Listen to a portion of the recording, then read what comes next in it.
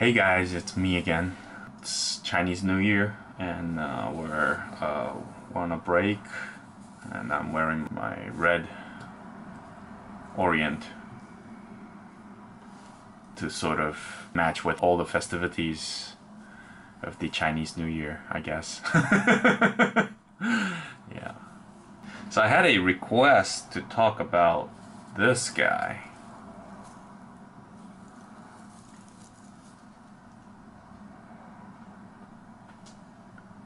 So this is the Orient WZ0071PF, or as some of us like to call it, the explorient. This is definitely one of the smaller watches that I own, and it has that Explorer 1601 vibe to it, and a bit of a Seiko Sarb 033 vibe from the hands, I guess. So the case size is 34 millimeters. The lug width is 18 millimeters. The movement is in-house caliber 597302. It hand winds. It's got a quick set date, but it's a non-hacking movement. The bracelet is this sort of standard 3-link oysterish bracelet. And it came with a really cheap folded clasp, so I had it upgraded to this, which is a milled clasp. It felt much better, and it's kind of interesting that it has a display case back. And for this guy, there's a few dial color options. I think there's a blue, white, and I think a salmon. Yeah, I think, but you know, I'm boring, so I I went with the black dial. I got this used on eBay from a Japanese seller. If I recall correctly, I think I paid about $300 for it, I think. And when I first got it, I was really disappointed because the crystal had this weird haze to it, like it looked a bit cloudy, but you know, I thought I could polish it out, no problem, and I tried. It didn't help, so I ended up taking the watch apart to analyze the condition. If you're not familiar with doing those kind of things, just contact the seller and work it out with the seller, I think, and that's always a smarter choice than to just, you know, taking the watch apart and things like that. So yeah, I'm a horrible example at that, of course, obviously.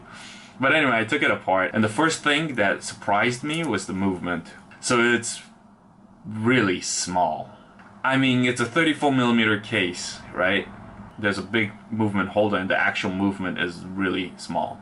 So basically what you see of the movement from the case back is the actual size of the movement. It's pretty wild. So I got to the dial, and it was really clean, glossy, beautiful, so I knew that it had to be the crystal. It turns out that the crystal had this really thin layer of what I could only describe as polishing compound.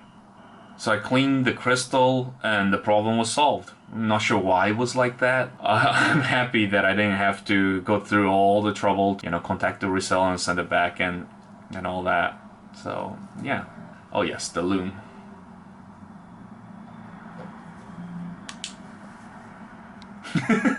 Yeah.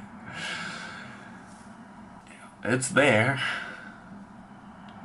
It's there, but it's almost non-existent, but that's okay. I didn't buy it for the loom. Yeah. It's an old watch. I think it's from the late 90s, I think. So here it is on my wrist.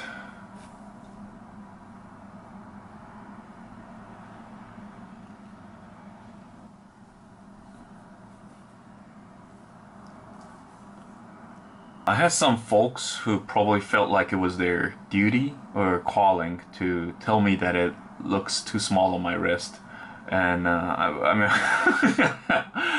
I mean, you know, I'm always thankful for people, you know, sharing their opinions.